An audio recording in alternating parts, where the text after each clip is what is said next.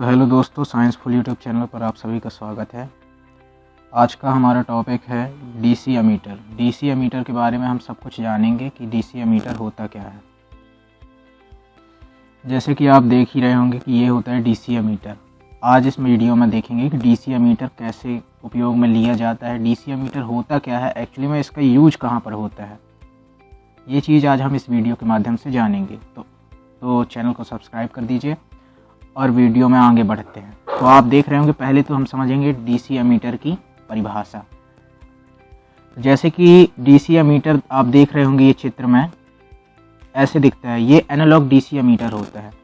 DC ammeter की एक परिभाषा जो चंद शब्दों में ऐसे कुछ है कि एक डीसी एमीटर वह उपकरण होता है जो प्रत्यक्ष धारा यानी डीसी धारा को मापता है।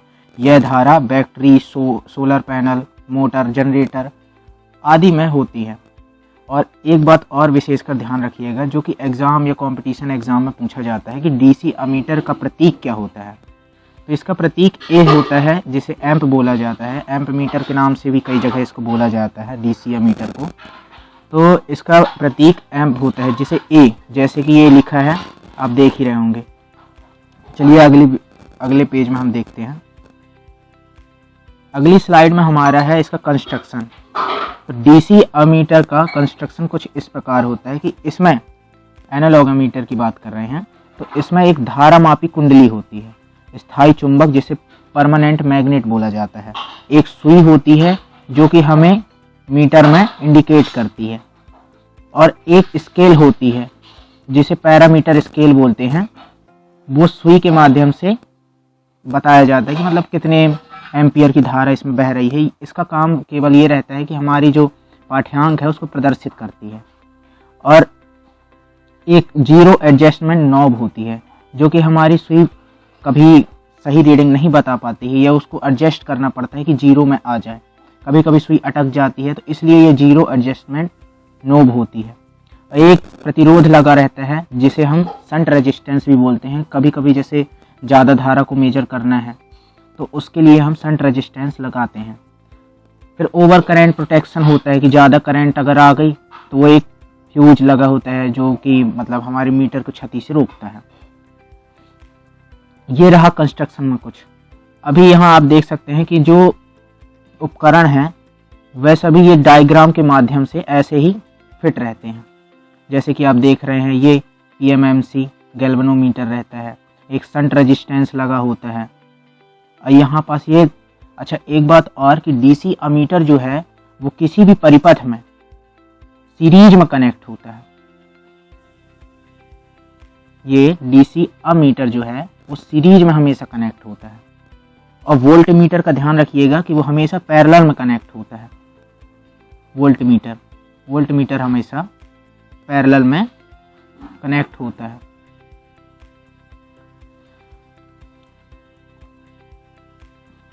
अब इसका कार्य सिद्धांत तो देखिएगा, डीसी एमीटर एक चुंबकीय क्षेत्र में एक कंडक्टर के बल का उपयोग करके काम करता है।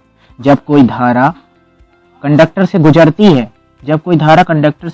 तो वह चुंबकीय क्षेत्र बनाती है। अब चुंबकीय क्षेत्र में सुई को, जो चुंबकीय क्षेत्र बनता है वह सुई को घुमाता है। हमारे एनालॉग मल्टीमीटर या एनालॉग एमीटर में, जो मल्टीमीटर में भी रहता है एनालॉग मल्टीमीटर, अभी आगे की वीडियो में आप जानेंगे। तो आज हम देख रहे हैं अभी एनालॉग एमीटर। तो उसमें ये जो सुई रहती है वो चुंबकीय क्षेत्र जो बनता है उसके माध्यम से घूमती है, और यह पैरामीटर स्केल पर जो मात्रा आई उसको इंगित करती है यानी दर्शाती है। यह जो है फैराडे के नियम के माध्यम से होता है। अब टाइप्स ऑफ डीसी एमीटर। अब डीसी एमीटर कितने प्रकार के होते हैं तो आप देख रहे हैं, एक है हमारा डीसी एनालॉग एमीटर और एक है डीसी एमीटर जो डिजिटल रूप में है। इसमें अंतर केवल यही है कि इसमें सुई का उपयोग किया जाता है और एक पैरामीटर स्केल के माध्यम से हमको जानकारी प्राप्त होती है या इसकी रीडिंग शो होती है। लेकिन इसमें डिजिट के रूप में 1 2 3 ऐसे करके इसमें डिजिट के रूप में हमारी रीडिंग शो होती है। इसमें कुछ इलेक्ट्रॉनिक सर्किट रहते हैं, और इसमें जो है अभी आप इसमें कंस्ट्रक्शन आप पढ़ चुके हैं। तो देख सकते हैं कि क्या क्या इसमें होता है। वैसे दोनों का काम ही डीसी प्रत्यक्ष धारा मतलब डीसी धारा को मेजर करना ही होता है, हालांकि वे कई तरह से भिन्न होते हैं, जिसे हम आगे की वीडियो में देखेंगे।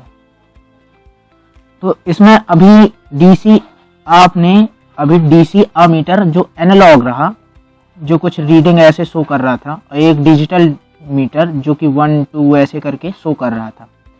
तो इन दोनों में कौन सा बेहतर है, आपको कौन सा लेना चाहिए, कौन सा अच्छा है, तो इसमें कुछ तथ्य हैं। जैसे कि आप इसमें बोल सकते हैं कि डीसी अमीटर जो है, जो डिजिटल टाइप का है, उसमें सटीकता, क्योंकि उसमें डिजिट के रूप में, अब स्केल में आपको 0 एडजस्ट भी करना पड़ता है, इसलिए इसमें जो है डिजिटल डीसी अमीटर में उसमें सटीकता, एक्यूरेसी उसमें ज़्यादा रहती है। आप इसमें अंधेरे में भी, क्योंकि एलईडी लगी रहती है, तो अंधेरे में भी इसका यूज कर सकते हैं।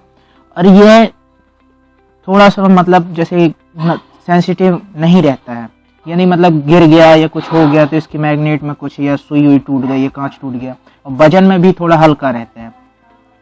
उसी के अनुसार यदि अगर देखा जाए कि एनालॉग मीटर, तो एनालॉग मीटर थोड़ा वजन में भी वजनदार रहता है, ठीक, प्रयोग करने में थोड़ा आसान रहता है, ये सस्ते होते हैं, सबसे बड़ी बात। यदि डिजिटल लेने जाएंगे और एनालॉग लेने जाएंगे तो दोनों में थोड़ा सा कीमत का फर्क मिलेगा। एनालॉग वाला थोड़ा सस्ता होगा और डिजिटल वाला जो है वो थोड़ा महंगा होगा। अब इसमें नुकसान भी हैं। नुकसान कुछ है ऐसा कि मतलब एनालॉग मल्टीमीटर में सटीकता कम होती है, जैसे कि अभी आपको मैंने पिछले मतलब कुछ सेकंड पहले भी बताए हैं, और इसमें क्षति होने की संभावना ज़्यादा होती है। लेकिन डिजिटल अमीटर में थोड़ा महंगे ये होते हैं और प्रयोग करने में थोड़ा कठिनाई भी होती है, और इसके रख रखाव भी थोड़ा कठिन होता है। अब आगे की स्लाइड में देखेंगे कि इसमें कुछ सुरक्षा सावधानियां रहती हैं। किसी भी इलेक्ट्रॉनिक या इलेक्ट्रिकल उपकरण में हमेशा आपको सावधानियां बरतनी बहुत ही जरूरी है। आप यदि सावधानी नहीं बरतेंगे तो आपको करंट लगने का खतरा बना रहेगा। तो इसमें कभी भी क्षतिग्रस्त, ये वाला पॉइंट आप हमेशा कहीं भी प्रेजेंटेशन दें या तो आप कहीं भी एक कंपटीशन एग्जाम दें, यदि आपको लिखित रूप में पूछा जाता है तो आप हमेशा ये लिखेंगे कि किसी भी क्षतिग्रस्त डीसी अमीटर या कोई भी मीटर में यदि आपकी उसकी नोब क्षतिग्रस्त है तो आप बिल्कुल भी उसका उपयोग करने से बचें, इसका उपयोग कभी नहीं करें। उसी प्रकार अगर डीसी अमीटर को अगर लाइव सर्किट में आप मतलब लाइव सर्किट का मतलब रहता है कि आपको चालू लाइन में कभी भी डीसी अमीटर को डायरेक्ट नहीं जोड़ना है। पहले आप उचित रेंज का, उपयुक्त रेंज का डीसी अमीटर लें। यदि हमारी डीसी अमीटर की 5 एम्पियर की है तो आप 5 से 10 एम्पियर की मैक्सिमम वैल्यू वाले ही, मतलब उससे ज़्यादा जोड़ सकते, लेकिन कम नहीं जोड़ सकते 5 से। और जोड़ने के पहले आपको पूरा सर्किट ऑफ कर देना है, उसके बाद ही डीसी अमीटर को जोड़ना है।